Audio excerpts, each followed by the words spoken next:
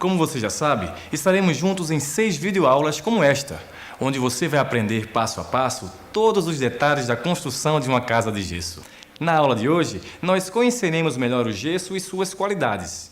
Vamos comparar a casa de gesso com a casa de alvenaria clássica. Conheceremos os diferentes blocos de gesso e suas aplicações. Vamos organizar nosso material e saber quais ferramentas precisaremos. E, por fim, vamos aprender a marcar e executar a base da casa. Tá preparado? Então fique atento, pois a aula já começou. Aula 2. Conhecendo o gesso. Estamos aqui em uma das escolas do Senai Pernambuco. Essa aqui é a Ana Paula. Tudo bem, Ana Paula? Tudo bem, jovem. Ela vai mostrar pra gente um dos testes de resistência do gesso. Aqui é um ensaio, a compressão do gesso, né? Onde a gente tem um corpo de prova, que é isso aqui. Esse aqui é a especificação técnica para dizer o tamanho, a quantidade de pasta que a gente coloca aí, a relação água-gesso, tudo tem uns procedimentos técnicos. Com isso aqui, a gente pega, coloca nessa prensa, certo? Vamos romper, quer dizer, comprimir uma força aqui nesse pré-moldado para saber se ele atende à especificação técnica, né? Se ele estiver atendendo a essa especificação, com certeza esse gesso será utilizado na parte de produção do pré-moldado. Certo. Né? O João vai agora acionar o equipamento e a gente vai ver a parte de ruptura. Certo, mas fora esse teste aqui, existem outros testes que vocês fazem com gesso? Existe, a gente tem a parte dimensional, que é comprimento, altura, largura, o desvio, né, a absorção, são os ensaios que a gente faz com pré-moldado, é diferente do ensaio de gesso. Isso é um ensaio no corpo de prova de gesso, é totalmente diferente do bloco de gesso. Então, esses ensaios são todos padronizados, todos eles obedecem a uma especificação técnica da ABNT, né? A gente, quando fala da vantagem de gesso, é porque ela já passou por uma norma, os ensaios passaram por uma norma, e essa norma chegaram à conclusão que o bloco tinha que ter aquela especificação para atender aos pré-requisitos, né, da construção civil. Certo, então vamos lá ver aqui como é que ficou. Vamos romper aí.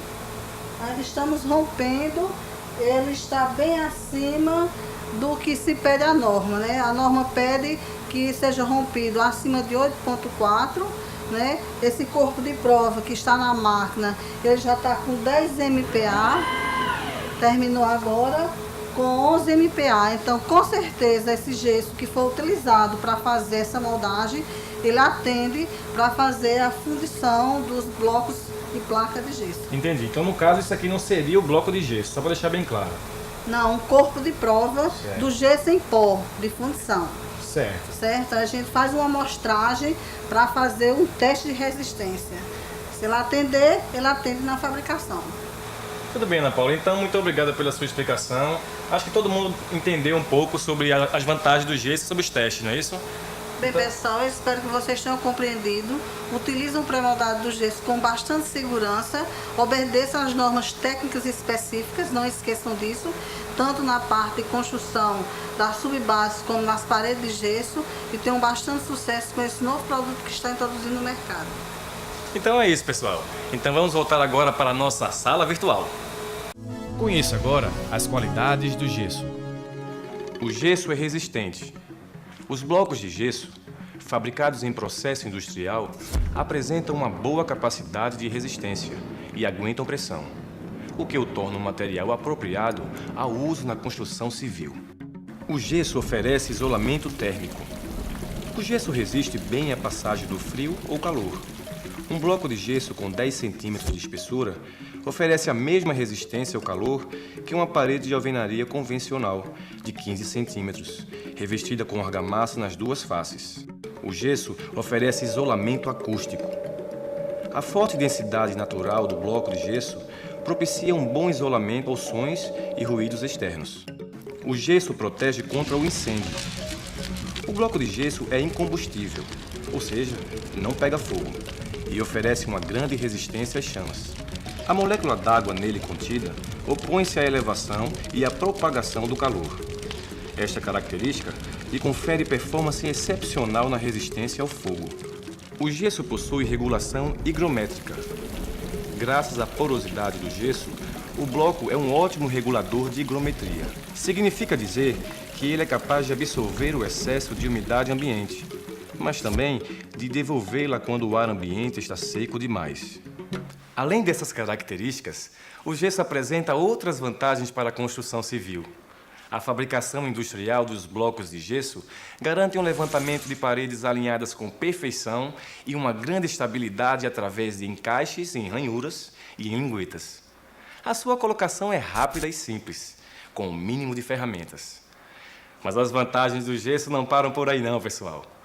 Como as faces dos blocos são, por fabricação, perfeitamente lisas, podemos obter superfícies perfeitamente planas.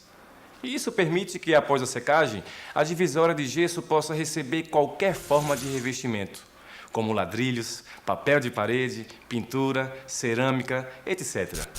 Com tantas vantagens e novidades, o gesso trouxe uma nova opção para a construção civil, a casa de gesso. Vamos conhecê-la melhor? A casa de gesso. O gesso pode ser usado nas paredes divisórias, no forro e até nas paredes estruturais de uma obra. É o caso desta habitação. Toda ela foi levantada em gesso, sem nenhum tijolo e sem cimento. Ou melhor, só a base permanece utilizando a alvenaria clássica. A partir dela, as paredes são erguidas com blocos de gesso, que se encaixam perfeitamente, economizando tempo e dinheiro.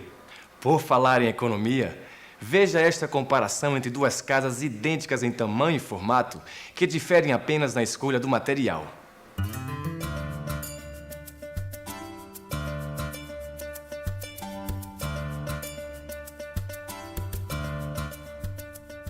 Como você pode ver, a casa de gesso é mais barata e leva menos tempo para ficar pronta.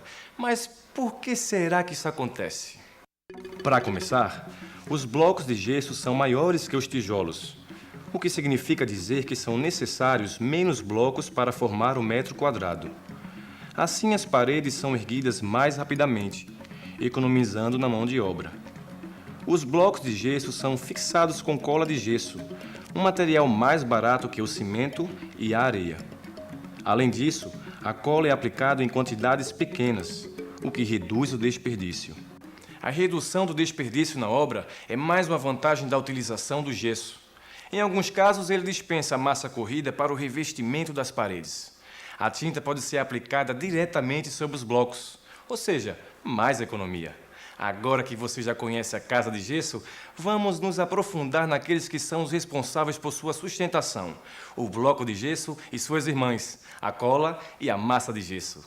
Juntos eles formam uma família sempre unida. Componentes da divisória de gesso: o bloco, a cola e a massa de gesso.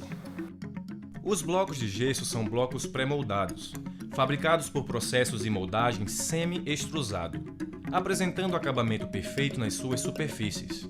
Assim, os blocos de gesso se encaixam perfeitamente durante a montagem da parede, obtendo-se uma superfície plana e pronta para receber acabamento. Os blocos de gesso podem ser encontrados em duas espessuras diferentes, 7 cm e 10 cm, e nas versões maciça ou vazada, sendo que os blocos de 10 cm são produzidos somente na versão maciça. Os blocos vazados são 25% mais leves que os blocos maciços, devido aos dutos internos. Eles são usados quando se quer diminuir o peso das paredes, reduzindo-se assim a sobrecarga das estruturas. São ideais para a redistribuição de paredes sobre lajes antigas. Já o bloco de gesso maciço permite construir paredes com maior altura. Mas a diferença entre os blocos de gesso não se resume apenas a se eles são maciços ou vazados, ou se eles têm 7 ou 10 centímetros. De acordo com a finalidade a que se destinam, os blocos de gesso são comercializados em 4 versões diferentes. Vamos conhecer agora cada uma delas e para que servem. Bloco de gesso S ou Standard. Apresenta cor branca. É utilizado em divisórias de distribuição, que são as divisórias internas que dividem cômodos de um mesmo apartamento, e em divisórias separativas, que são as divisórias internas que separam apartamentos diferentes. Para a divisória separativa, o recomendado é utilizar o bloco de gesso de 10 cm. Bloco de gesso hidro, de cor azul claro. É utilizado em áreas úmidas, pois ele é hidrófugo, ou seja, repele a água. Sua absorção em água após 2 horas de imersão é inferior a 5%. Ele é recomendado para todas as divisórias em áreas molhadas, como banheiro, área de serviço e na cozinha. É igualmente recomendado em divisórias para todos os locais que possam estar expostos à umidade, como adega, garagem, subsolo, etc. Pode ser utilizada no revestimento de banheira, em suporte de pia ou lavabo. Além do uso do bloco hidro nessas áreas, é aconselhável a sua colocação para construir a primeira fileira das divisórias. Assim as paredes ficam mais resistentes a qualquer tipo de vazamento ou inundação. Isso também ajuda na prevenção da umidade proveniente da base. Vamos em frente com o próximo bloco. Bloco de gesso GRG. De cor verde claro, são blocos de gessos especiais, aditivados e com fibras de vidro, conhecidos pela sigla GRG, Glass Reinforced Gypsum. Em bom português, gesso reforçado com vidro. Utilizado na construção de paredes que serão submetidas a esforços de cargas suspensas, como armários, quadros, suporte de televisão. Também é usado em áreas onde ocorram impactos generalizados ou em áreas onde ocorram grandes aglomerações de pessoas, como cinema, corredores, hospitais, etc. O bloco de gesso GRG também oferece maior resistência ao fogo, pois mantém a parede estruturada sem descamar, melhorando assim a condição de fuga em caso de incêndio. Vamos ao último tipo de bloco? Bloco de gesso GRGH, de cor rosa claro, pré-moldados de gesso reforçados com fibras de vidro e com aditivos hidrorrepelentes, ou seja, que repelem a água.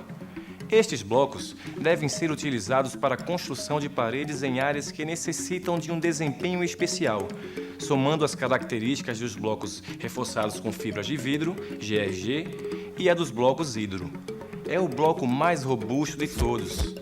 Pode ser usado também em hospitais, cinemas e demais construções que precisem de um alto grau de resistência. Vale a pena lembrar que todos os tipos de blocos são fabricados nas versões maciça ou vazada e nas dimensões de 7 cm ou 10 cm, sendo os de 10 cm fabricados apenas na versão maciça. Se você ficou embaralhado com os tipos de blocos de gesso, não tem problema. Em seu manual você vai encontrar todas essas informações ainda mais detalhadas, com dados físicos de cada tipo de bloco, como o grau de resistência ao fogo, resistência à fricção, dimensões, peso, etc. O importante é você conhecer bem cada tipo de bloco e suas utilizações. E isso faz a diferença na hora da compra e da instalação. E para a gente ficar ainda mais familiarizado com os tipos de bloco, vamos dar um pulinho no local onde construiremos juntos a nossa primeira casa de gesso. Este é o lugar onde veremos a nossa casa de gesso ser erguida desde a base até o telhado. Aqui você vai conferir cada passo da construção com profissionais experientes na utilização do gesso. O pessoal já começou a trabalhar aqui e eu quero apresentar a vocês o João. Ele é o mestre da obra que você vai acompanhar conosco. Tudo bem, João? Tudo bem. Como é que vai? Esses aqui são os blocos de gesso. Isso. Ok. Aqui nós temos os 4 tipos de blocos de gesso. Ok, esse aqui É o é standard. o standard, que é utilizado nas divisórias mais comuns. Isso. Esse aqui de cor azul é o hidro. Muito que é- utilizado em áreas molhadas, né? Certo. Áreas úmidas. Isso. Esse aqui de cor verde claro. Esse aqui é o GRG. Bom, esse aqui é só o modelo, não é isso? Esse é só o modelo, porque a gente vai utilizar aqui em nossa casa esses 2 tipos, o standard e o hidro. Certo. Esse aqui é reforçado com fibra de vidro. Exatamente. Ok? E esse aqui de cor rosa? Esse rosa aqui é o GRGH, O fortão. o fortão. Certo. Porque ele reúne as 2 características, tanto do hidro quanto essa do GRG, que contém fibra de vidro. Certo. Vocês estão observando que os blocos de gesso são idênticos em formato e em dimensões, não é mesmo? É por isso que eles são em cores diferentes, para a gente saber com qual deles estamos trabalhando. Sem falar na confusão que seria estocar todos os tipos de blocos no mesmo espaço se fossem todos brancos. É isso mesmo. A gente se vê, João. Bem, esse bloco do programa sobre os blocos de gesso fica por aqui. Mas saiba que sem as suas irmãs, a cola e a massa de gesso, os blocos não sustentam a parada. Vamos voltar para a nossa sala virtual para conhecê-las. Pois é, pessoal. A cola e a massa de gesso são as atrizes coadjuvantes nesse filme da Casa de Gesso. Elas vão fazer o papel de unir os blocos e dar o acabamento final das divisórias e forros. para que tudo fique bonito, seguro e perfeito. A cola de gesso é um produto em pó, fornecido em sacos de 20, 5 e 1 kg. É utilizado na montagem dos sistemas de vedação de paredes e tetos, ou na colagem de outros elementos de gesso, como sancas, molduras, placas, painéis de gesso acartonado, na colagem de azulejos, cerâmicas e ladrilhos. Fabricada a partir de gessos especiais e aditivos, a cola de gesso, quando misturada na proporção adequada, apresenta uma consistência pastosa, que permite a sua aplicação com bisnagas, espátulas ou ferramentas similares. Já a massa de gesso, também um produto em pó fornecido em sacos de 20 ou 5 quilos, é indicada para uniformizar e nivelar superfícies internas executadas com blocos de gesso e corrigir pequenas imperfeições. Ao longo do curso, nós veremos como são preparadas e aplicadas a cola e a massa de gesso, mas tudo a seu tempo. Primeiro vamos organizar o nosso material. Estas são as ferramentas que você vai utilizar durante a instalação e acabamento das divisórias de gesso. Algumas você já conhece bem. Vamos a elas? Linha de pedreiro, trena longa, trena de bolso, mangueira de nível, prumo, lápis, nível de bolha, régua de pedreiro, martelo, marreta de borracha, espátula de 2 polegadas, espátula de 4 polegadas, serrote, desempenadeira de aço, esquadro em L, balde e gamela. Olhando tudo junto assim, dá até para pensar, isso vai ser complicado. Mas não é não, pessoal. É que nós reunimos aqui as ferramentas e materiais que vocês vão usar para realizar todas as etapas da casa de gesso. Não quer dizer que elas são usadas ao mesmo tempo, a toda hora. Cada uma tem a sua função e com certeza elas vão lhe ajudar e muito na realização de suas tarefas. Portanto, já é bom dizer, ferramenta boa é aquela que é bem conservada. Saber usar, limpar e guardar faz parte da rotina do bom profissional. Muito bem. Até agora nós ficamos sabendo um pouco mais sobre o gesso. Conhecemos os blocos, a cola, a massa, as ferramentas e até a casa de gesso. A essa altura você já deve estar ansioso para pôr a mão na massa, não? Vamos com calma. Antes de iniciarmos nossa primeira parede, ainda há muito trabalho a ser feito. Vamos acompanhar como se faz um tipo muito comum de base para edificações. A base.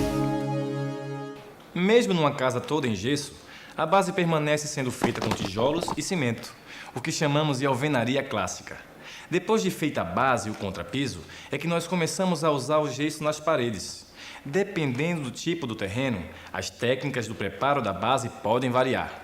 O que nós veremos aqui é a execução de um tipo muito comum de base no Brasil e em outros países. Acompanhe com o Antônio, ele sabe tudo sobre a casa de gesso. Olá pessoal, a base que iremos construir para a nossa casa de gesso é simples e muito comum. Garanto que você já conhece, ou pelo menos já viu em algum lugar. Vamos fazer uma base chamada radier, que consiste em levantar fiadas de tijolos coberta por uma cinta de concreto armado, desenhando o traçado de todas as paredes da casa. A primeira coisa a fazer é a locação do projeto. E para isso, precisaremos de trena, tábuas, pregos e linhas. O pessoal já começou a locação. Vamos ver desde o começo? De acordo com o projeto, localize onde ficarão as paredes externas da casa. As tábuas que comporão a locação deverão ser niveladas e fixadas de modo a resistir à tensão dos fios, sem oscilar e possuir as dimensões mínimas de 2,5 cm por 10 cm. A locação será feita por meio de pregos, que indicarão os eixos das paredes. Agora aprenda com o mestre como é que se faz. No projeto você encontra a localização das paredes. Meça e marque com pregos a largura das divisórias. Por exemplo, aqui no projeto aponta que da primeira para a segunda divisória há uma distância de 2,65 m. Vamos lá, pessoal?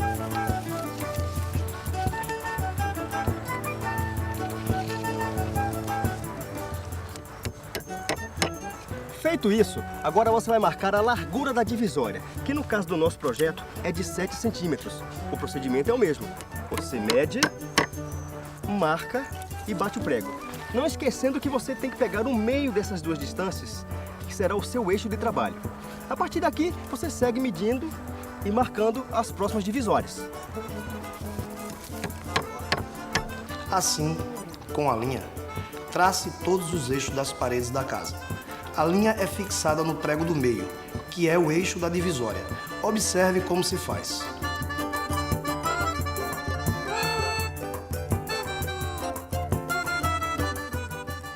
As banquetas deverão ser conservadas até a conclusão do embasamento.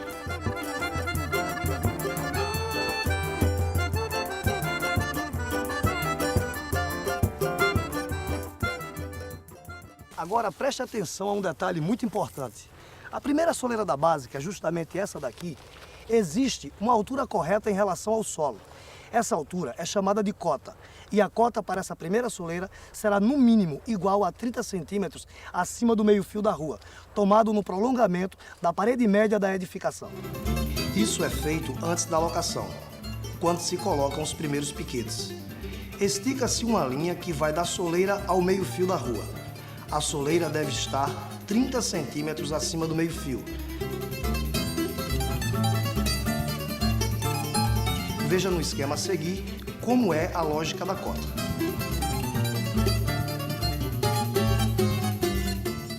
Não havendo meio-fio nas ruas, a cota mínima será de 40 centímetros acima do nível da rua.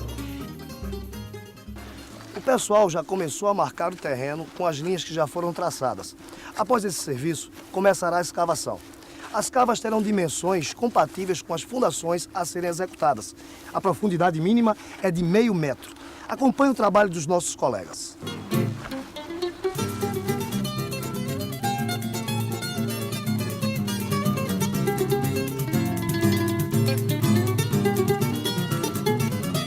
Dependendo do tipo de solo, a escavação pode levar mais ou menos tempo. O importante é obedecer ao nivelamento ao longo da cava, respeitando a profundidade de meio metro. Se por ocasião da abertura das cavas forem encontrados materiais estranhos à constituição normal do terreno, você deverá removê-los.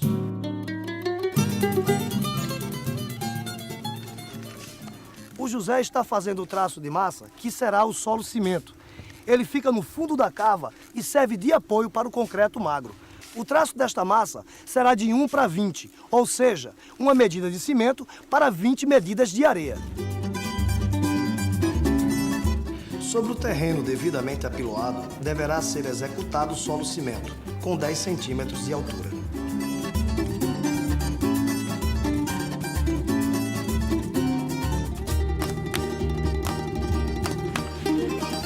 Depois de 24 horas, o solo cimento já está curado e pronto. Sobre ele vem o concreto magro, com o traço de 8 para 1, ou seja, 8 medidas de areia para 1 medida de cimento.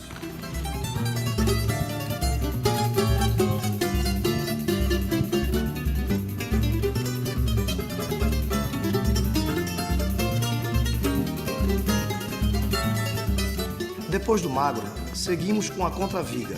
Ela é feita de uma estrutura de ferro e concreto. Observe nossos colegas executando a contraviga.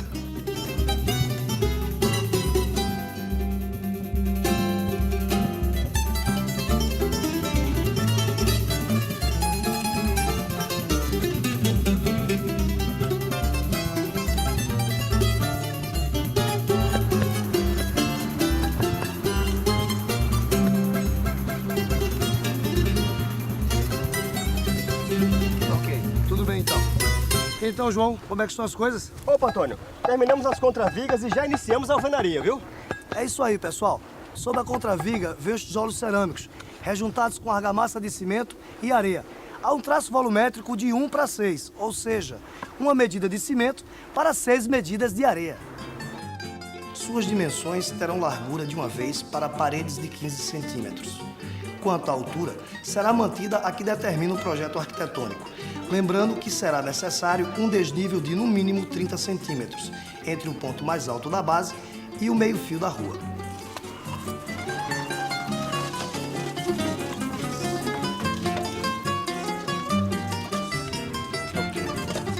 Pessoal, aí vai uma dica importante. Todo embasamento deverá obedecer a um rigoroso nivelamento. Se você desnivelar na base, tudo fica mais difícil de nivelar quando for erguer as paredes da casa. Portanto, tenha cuidado e use e abuse do nível quando for executar a base.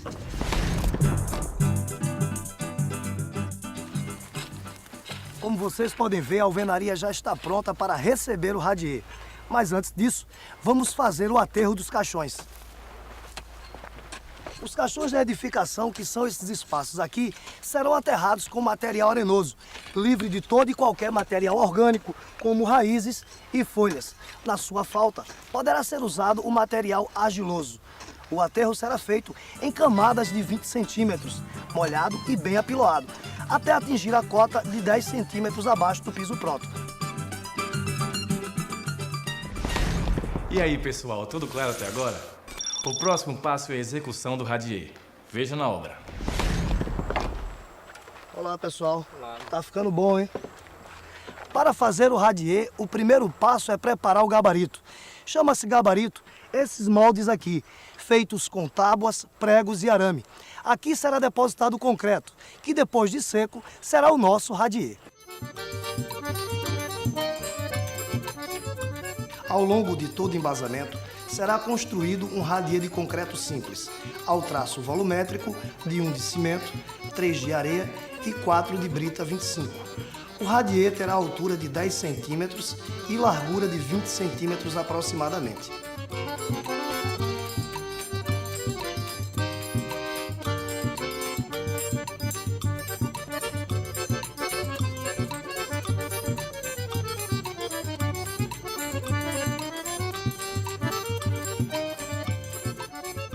Após a aplicação do concreto, devemos aguardar a cura do radier por no mínimo 24 horas.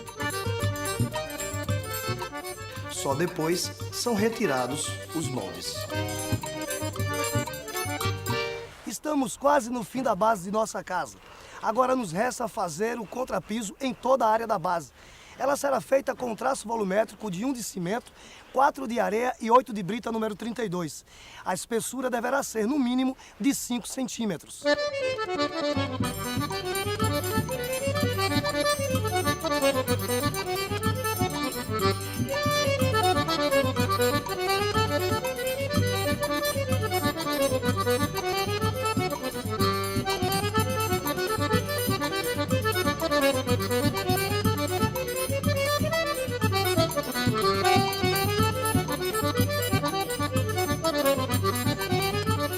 Assim chegamos ao ponto de iniciarmos o trabalho com os blocos de gesso.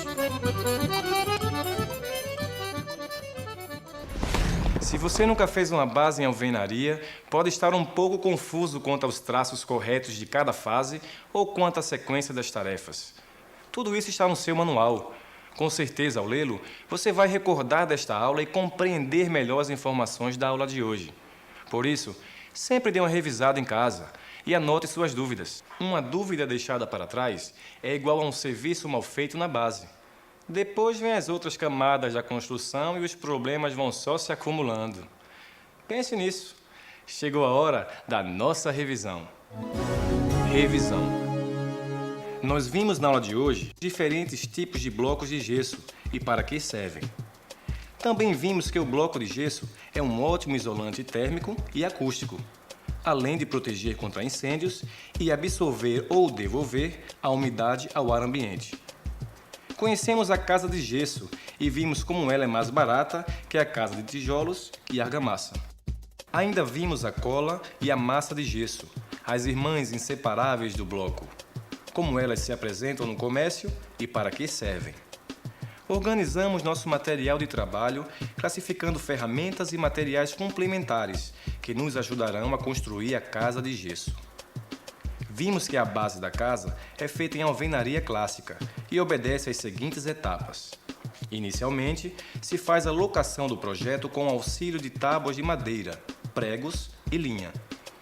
Em seguida, é feita a escavação, obedecendo a profundidade mínima de meio metro e largura compatível com a espessura das paredes. No fundo das cavas, foi feito o solo-cimento, que serve de apoio ao concreto magro. Acompanhamos o enchimento da contraviga. chega a vez da alvenaria, que tem largura de uma parede e altura de acordo com o projeto. Os caixões são então aterrados com material arenoso ou argila e devidamente apiloados. Sobre a alvenaria vem o radier. Ele garante a amarração da base e serve de sustentação às paredes em gesso. O contrapiso, então, é aplicado sobre toda a área da base. E então, gostou da aula de hoje? Lembre-se que tudo o que você viu aqui também está no seu manual.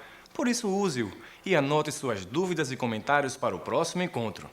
Sempre que quiser, troque ideias e experiências com outros colegas e com o tutor. Isso ajuda bastante no aprendizado. Até o nosso próximo encontro!